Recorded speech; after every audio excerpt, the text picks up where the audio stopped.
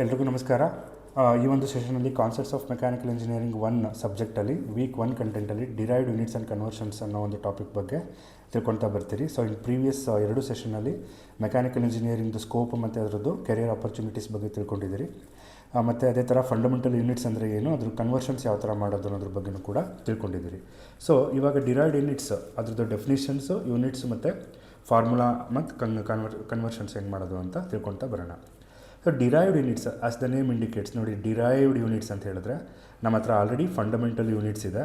There are 7 fundamental units according to the standards given. ಅದರಲ್ಲಿ ಆ 7 fundamental ಯೂನಿಟ್ಸ್ನ ಇಟ್ಕೊಂಡು derive ಮಾಡಿರುವಂಥ, ಅಂದರೆ ಅದರಿಂದ ಬಂದಿರುವಂಥ ಯೂನಿಟ್ಸ್ಗಳಿಗೆ ನಾವು ಡಿರೈವ್ಡ್ ಯೂನಿಟ್ಸ್ ಅಂತ ಕರಿತೀವಿ. ಸೊ ಅಲ್ಲಿ ಒಂದಾದರೂ ಫಿಸಿಕಲ್ ಕ್ವಾಂಟಿಟಿ ಇನ್ವಾಲ್ವ್ ಆಗಿರಬೇಕು. ಸೊ ನಮ್ಮ ಮೆಕ್ಯಾನಿಕಲ್ ಇಂಜಿನಿಯರಿಂಗ್ ಫೀಲ್ಡಿಗೆ ಬೇಕಾಗಿರುವಂತಹ ಕೀ ಡಿರೈವ್ಡ್ ಕ್ವಾಂಟಿಟೀಸ್ನ ಈಗ ಟೇಬಲಲ್ಲಿ ತೋರಿಸ್ತಾ ಬರ್ತೀನಿ. ಅಗೈನ್ ಅದರದ್ದು CGS, FPS, MKS and SI ಸಿಸ್ಟಮ್ಸಲ್ಲಿರುವಂಥ ಯೂನಿಟ್ಸ್ ಬಗ್ಗೆ ತಿಳ್ಕೊಳ್ಳೋಣ. ಬಟ್ ನೀವು ತುಂಬ ಹೆಚ್ಚಾಗಿ ಗಮನ ಕೊಡಬೇಕಾಗಿರೋದು SI ಸಿಸ್ಟಮ್ಗೆ. ಆ್ಯಂಡ್ ಅಗೈನ್ MK ಸಿಸ್ಟಮು ಕೂಡ SI ಸಿಸ್ಟಮ್ಗೆ ಆಲ್ಮೋಸ್ಟ್ ಸೇಮ್ ಇದೆ, except some of the quantities SI system ಇತ್ತೀಚೆಗೆ ಬಂದಿರೋದ್ರಿಂದ ಇದರಲ್ಲಿ ಸ್ವಲ್ಪ ಚೇಂಜಸ್ ಕಾಣಿಸುತ್ತೆ. But almost MK system and SI systems ಒಂದೇ ಥರ ಇದೆ. ಸೊ ನೀವು ನೋಡ್ಬೋದು, ಎಲ್ಲರೂ ಕೇಳಿರ್ತೀರಿ ಏರಿಯಾ ಅನ್ನೋದೊಂದು ಫಿಸಿಕಲ್ ಕ್ವಾಂಟಿಟಿ. ಆ ಏರಿಯಾನ ಹೆಂಗೆ ಕಂಡುಹಿಡಿಬೇಕು ಅಂದರೆ ನಮಗೆಲ್ಲ ಫಾರ್ಮುಲಾ ಗೊತ್ತಿದೆ, length into breadth. So this is a basic formula to find out area. ಸೊ ಇದನ್ನು ನಾವು ನಮ್ಮ 4 ಯೂನಿಟ್ಸಲ್ಲಿ ಹೆಂಗೆ ಸ್ಪೆಸಿಫೈ ಮಾಡ್ತೀವಿ, ಅದಕ್ಕೆ ನಾವು ಡಿರೈವ್ಡ್ ಯೂನಿಟ್ಸ್ ಅಂತ ಕರಿತೀವಿ. So these 4 are called derived units and you focus more on SI units.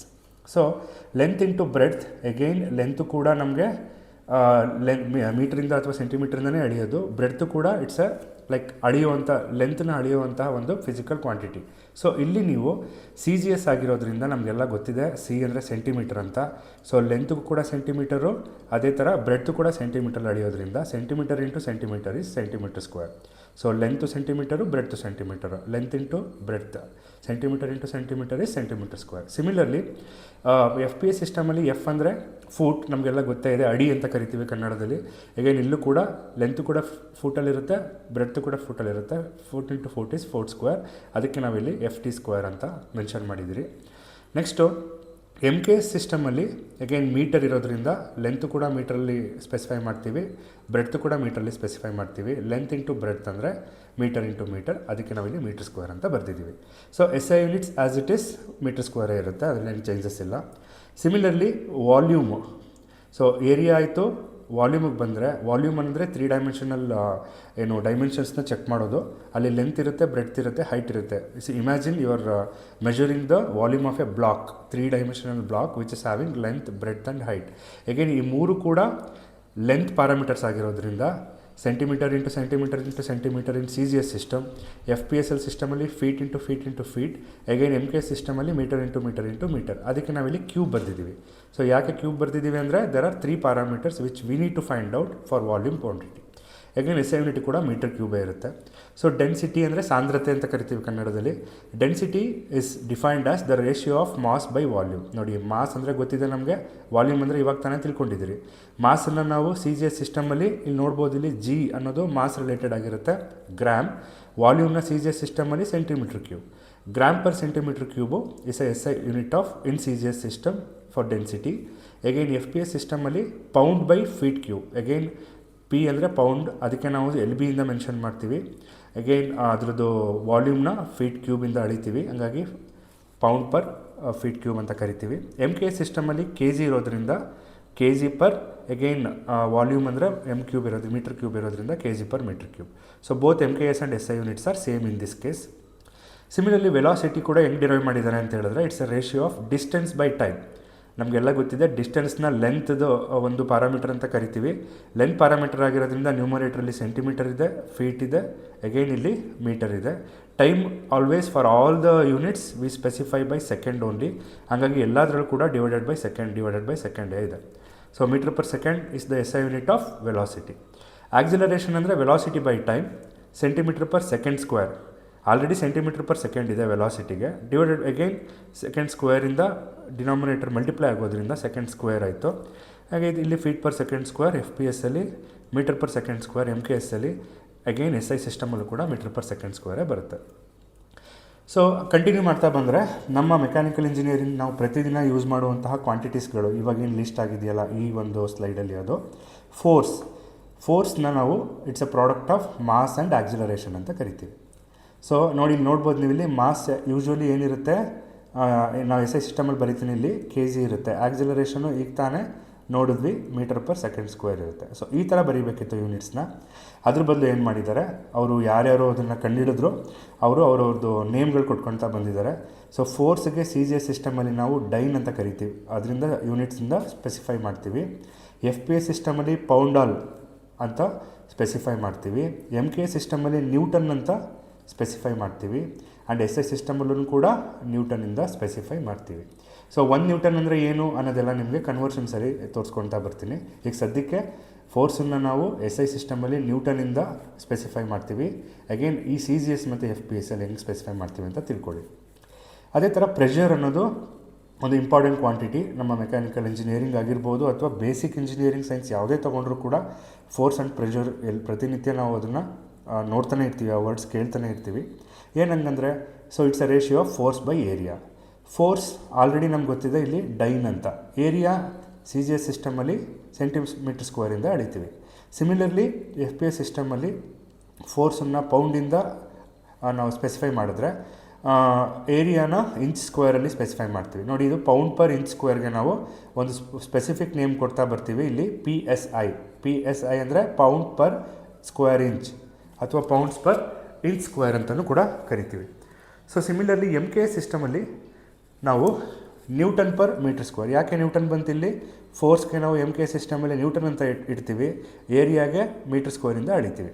So ಇದು ಸ್ಟ್ಯಾಂಡರ್ಡ್ ಆಗಿ ಯೂಸ್ ಮಾಡ್ತಿದ್ರು. ಬಟ್ ಇತ್ತೀಚೆಗೆ ಅದನ್ನು ಯೂಶ್ವಲಿ ಪ್ರೆಷರ್ ತುಂಬ ಜಾಸ್ತಿ ವ್ಯಾಲ್ಯೂವಲ್ಲಿ ಹೇಳೋದ್ರಿಂದ ನಾವು ಅದನ್ನು pascal, kilo pascal, mega pascal, giga pascal ಅಂತ ಕರಿತಾ ಬರ್ತೀವಿ. ನಿಮಗೆಲ್ಲ ಹೋಗ್ತಾ ಗೊತ್ತಾಗುತ್ತೆ. ಬಟ್ ಇಲ್ಲಿ ನೀವು ಪ್ಯಾಸ್ಕಲ್ ಅನ್ನೋದು ಯೂನಿಟ್ ಅಥವಾ standard unit of pressure in SI unit ಅಂತ ಅರ್ಥ ಮಾಡ್ಕೋಬೇಕಾಗತ್ತೆ. ಸಿಮಿಲರ್ಲಿ ಎನರ್ಜಿ ಅಥವಾ ವರ್ಕ್ ಎರಡು ಕೂಡ ಬೇರೆ ಬೇರೆ ಟರ್ಮ್ಸು. ವರ್ಕ್ ಅಂದರೆ ಕೆಲಸ, ಎನರ್ಜಿ ಅಂದರೆ ಶಕ್ತಿ ಅಥವಾ ಸಾಮರ್ಥ್ಯ ಅಂತಲೂ ಕರಿತೀವಿ. ಸೊ ಅದನ್ನು ಇವೆರಡಕ್ಕೂ ಕೂಡ definition it's a product of force into distance. Force into distance ಮಾಡಿದ್ರೆ ನಮಗೆ ಎನರ್ಜಿ ಅಥವಾ ವರ್ಕ್ ಸಿಗುತ್ತೆ. ಅದನ್ನು ನಾವು CGS ಸಿಸ್ಟಮಲ್ಲಿ ಅರ್ಜ್ ಅಂತ ಕರಿತೀವಿ, ಸ್ಪೆಸಿಫೈ ಮಾಡ್ತೀವಿ. FPS ಸಿಸ್ಟಮಲ್ಲಿ foot into pound, again force into distance. ಇಲ್ಲಿ LB ಅಂತ ಹೇಳಿದ್ರೆ, ಎಗೈನ್ ಫೂಟ್ ಅಂತ ಹೇಳಿದ್ರೆ ಎಗೈನ್ ಡಿಸ್ಟೆನ್ಸ್ದು SI ಯೂನಿಟ್ ಆಗುತ್ತೆ. ಫೋರ್ಸ್ ಅಂತ ಹೇಳಿದ್ರೆ ಪೌಂಡು. ಇವೆರಡು ಪ್ರಾಡಕ್ಟ್ ಮಾಡಿದ್ರೆ ಎನರ್ಜಿ ಅಥವಾ ವರ್ಕ್ ಸಿಗುತ್ತೆ. MK ಸಿಸ್ಟಮಲ್ಲಿ ನಾವು ಜೌಲಿಂದ ಸ್ಪೆಸಿಫೈ ಮಾಡ್ತೀವಿ. ಸೊ ಕ್ಯಾಪಿಟಲ್ J ಅಂತ ಬರಿತಾ ಇದ್ದೀವಿ ಅಂತ ಹೇಳಿದ್ರೆ it's a unit of energy ಅಥವಾ ವರ್ಕೇ ಆಗಿರುತ್ತೆ. SI ಯೂನಿಟಲ್ಲೂ ಕೂಡ ಜೌಲ್ಸಿಂದನೇ ಸ್ಪೆಸಿಫೈ ಮಾಡ್ತೀವಿ. ನೆಕ್ಸ್ಟ್ ಇಂಪಾರ್ಟೆಂಟು ಪವರ್ ಹೆಂಗೆ ಕ್ಯಾಲ್ಕುಲೇಟ್ ಮಾಡ್ತೀವಿ? ಸೊ ಇಲ್ಲೇನು ಫಾರ್ಮುಲಾ ಇದೆಯಲ್ಲ, ಇದು ತುಂಬ ಇಂಪಾರ್ಟೆಂಟು. ಯಾರಿಗೆ ಡೈರೆಕ್ಟಾಗಿ ಇದು ಗೊತ್ತಾಗಲ್ಲ, ಅವರು ಜಸ್ಟ್ ವರ್ಕ್ ಬೈ ಟೈಮ್ ಅನ್ನೋದು ಜ್ಞಾಪಕ ಇದ್ದರೆ ನಿಮಗೆ ವರ್ಕ್ ಡನ್ಗೆ SI ಯೂನಿಟ್ ಏನು, ಟೈಮ್ಗೆ SI ಯೂನಿಟ್ ಏನು ಅಂತ ಎಗೇನ್ ಡಿರೈವ್ ಮಾಡಿಕೊಂಡು ನೀವೇ ಇದನ್ನು ವಾಟ್ ಅನ್ನೋದನ್ನು ಕಂಡುಹಿಡ್ಕೋಬೋದು. So work by time, again ವರ್ಕ್ಗೆ ಇವಾಗ ತಾನೇ ನೋಡಿದ್ರಿ, ಅರ್ಜ್ ಅನ್ನೋದು CGS ಸಿಸ್ಟಮಲ್ಲಿ ವರ್ಕ್ಗೆ ಯೂನಿಟ್ ಆಗಿದೆ. ಟೈಮ್ ಆ್ಯಸ್ ಯೂಶ್ವಲ್ ಸೆಕೆಂಡೇ ಇರುತ್ತೆ.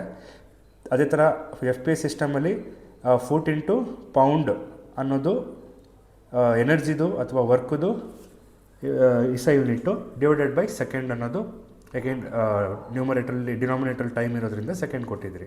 ಸೊ MK ಸಿಸ್ಟಮಲ್ಲಿ ನಾವು ವಾಟಿಂದ ಸ್ಪೆಸಿಫೈ ಮಾಡ್ತೀವಿ. ಕ್ಯಾಪಿಟಲ್ W ಅಂತ ಯಾರು ಇದನ್ನು ಕಂಡುಹಿಡಿದ್ರು ಅವರ ಒಂದು ನೇಮ್ಗೋಸ್ಕರ ಇದನ್ನು ಕೊಟ್ಟಿದ್ದಾರೆ, ವಾಟ್ ಅಂತ. ಸೊ ಸ್ಟ್ರೆಸ್ ಅನ್ನೋದು ಕೂಡ ತುಂಬ ಇಂಪಾರ್ಟೆಂಟ್ ಪ್ಯಾರಾಮೀಟರು ಮೆಕ್ಯಾನಿಕಲ್ ಇಂಜಿನಿಯರ್ಸ್ಗೆ. ಇದನ್ನು ನಾವು ಫೋರ್ಸ್ ಬೈ ಏರಿಯಾ, ನೀವು ಅಬ್ಸರ್ವ್ ಮಾಡ್ಬೋದು, ಇಲ್ಲಿ ಪ್ರೆಷರ್ ಅಂದ್ರೂ ಕೂಡ ಫೋರ್ಸ್ ಬೈ ಏರಿಯಾ, ಸ್ಟ್ರೆಸ್ ಅಂದ್ರೂ ಕೂಡ ಫೋರ್ಸ್ ಬೈ ಏರಿಯಾ. ಸೊ ಪ್ರೆಷರ್ನ ನಾವು ಯೂಶ್ವಲಿ ಲಿಕ್ವಿಡ್ಸ್ ಆ್ಯಂಡ್ ಗ್ಯಾಸಸ್ಸಲ್ಲಿ ಸ್ಪೆಸಿಫೈ ಮಾಡ್ತೀವಿ. ಸ್ಟ್ರೆಸ್ಸನ್ನು ನಾವು ಸಾಲಿಡ್ಸಲ್ಲಿ ಜಾಸ್ತಿ ಸ್ಪೆಸಿಫೈ ಮಾಡ್ತೀವಿ.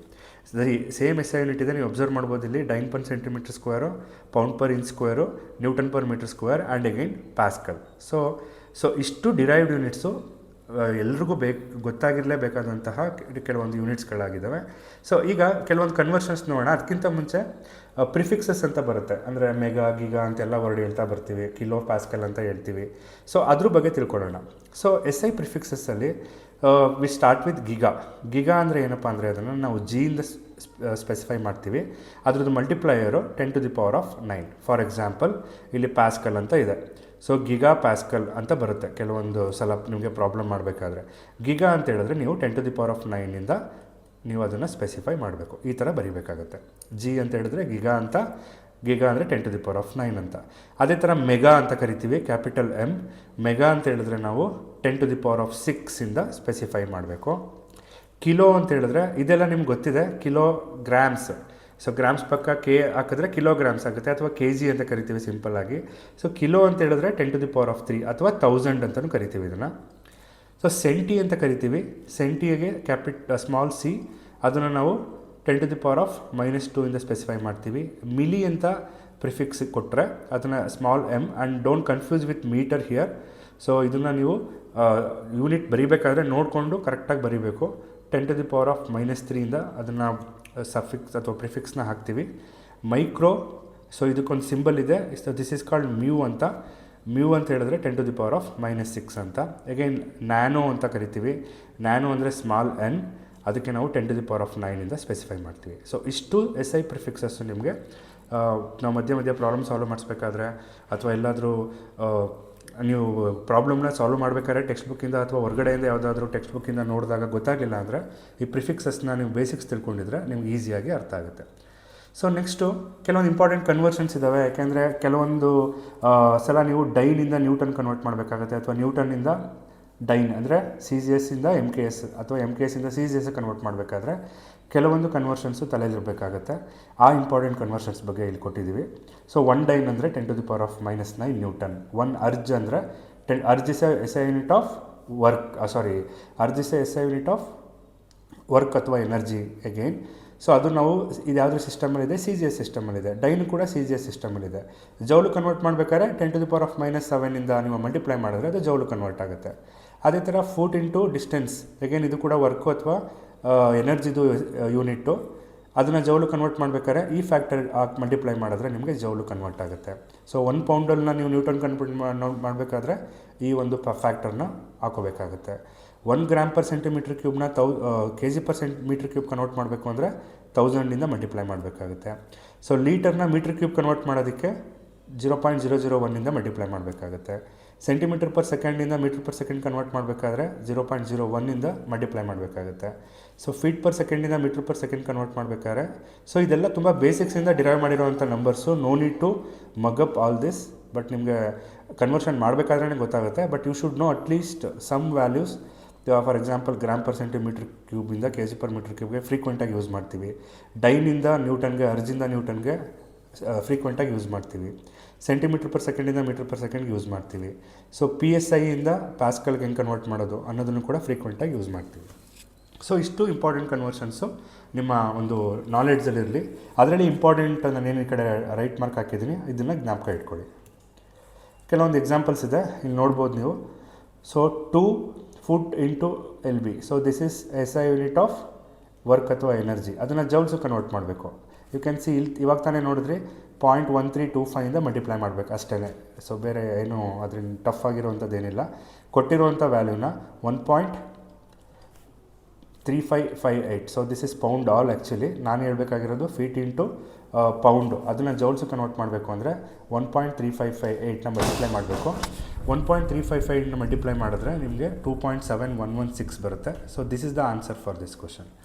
Again 5 gram per centimetre kg/m³ convert ಮಾಡಬೇಕು. ಈಗ ತಾನೇ ನಾನು ಹೇಳಿದೆ gram per centimetre kg/m³ convert ಮಾಡಬೇಕಾದ್ರೆ 1000 ಮಲ್ಟಿಪ್ಲೈ ಮಾಡಬೇಕು. ಸೊ 1000 ಮಲ್ಟಿಪ್ಲೈ ಮಾಡಿದ್ರೆ 5 × 1000 5000 ಆಗುತ್ತೆ. ಅಗೈನ್ ಇದನ್ನು ಕೂಡ ಇನ್ನೂ ಡೀಪಾಗಿ ನೋಡೋದಾದರೆ 1000 ಜ್ಞಾಪಕ ಬರಲಿಲ್ಲ ಅಂದರೆ ನೀವು ಅಗೈನ್ ಇಲ್ಲೂ ಕೂಡ ಗ್ರಾಮ್ನ kg ಕನ್ವರ್ಟ್ ಮಾಡ್ಕೊಳ್ಳಿ, ಸೆಂಟಿಮೀಟ್ರ್³ ಮೀಟ್ರ್³ ಕನ್ವರ್ಟ್ ಮಾಡ್ಕೊಳ್ಳಿ. ಇದೆಲ್ಲ ಫಂಡಮೆಂಟಲ್ ಯೂನಿಟ್ಸಲ್ಲಿ ಹೇಳ್ಕೊಟ್ಟಿದ್ದೀನಿ ಆಲ್ರೆಡಿ. ಕನ್ವರ್ಟ್ ಮಾಡಿದಾಗಲೂ ನಿಮಗೆ 1000 ಬರುತ್ತೆ. ಸೊ 3 ಫೀಟ್/ಸೆಕೆಂಡ್ನ ಮೀಟ್ರ್/ಸೆಕೆಂಡ್ ಕನ್ವರ್ಟ್ ಮಾಡಬೇಕು ಅಂದರೆ 0.3048 ಮಲ್ಟಿಪ್ಲೈ ಮಾಡಬೇಕು ಕೊಟ್ಟಿರುವಂಥ ವ್ಯಾಲ್ಯೂನ. Will get one answer. Again work done ಕಂಡುಹಿಡಿಬೇಕು. ಫೋರ್ಸ್ ಮತ್ತು ಡಿಸ್ಟೆನ್ಸ್ ಕೊಟ್ಟಿದ್ದಾರೆ. ಸೊ ನಮ್ಗೆ ಗೊತ್ತಿದೆ formula, work is equal to force into distance. Force 10 ಇದೆ, ಡಿಸ್ಟೆನ್ಸು 2 ಇದೆ. ಸೊ 20 ಜೌಲ್ ಅನ್ನೋದು is a value for this problem. ಅಂದರೆ ವರ್ಕ್ ಡನ್ ಅಂದರೆ ಫೋರ್ಸ್ ಇಂಟು ಡಿಸ್ಟೆನ್ಸ್ ಅನ್ನೋದು ನಿಮಗೆ ಗೊತ್ತಿರಬೇಕು. ಕೊಟ್ಟಿರ್ತಾರೆ ಡೇಟಾನ, you should apply to the formula and substitute it and get the answers.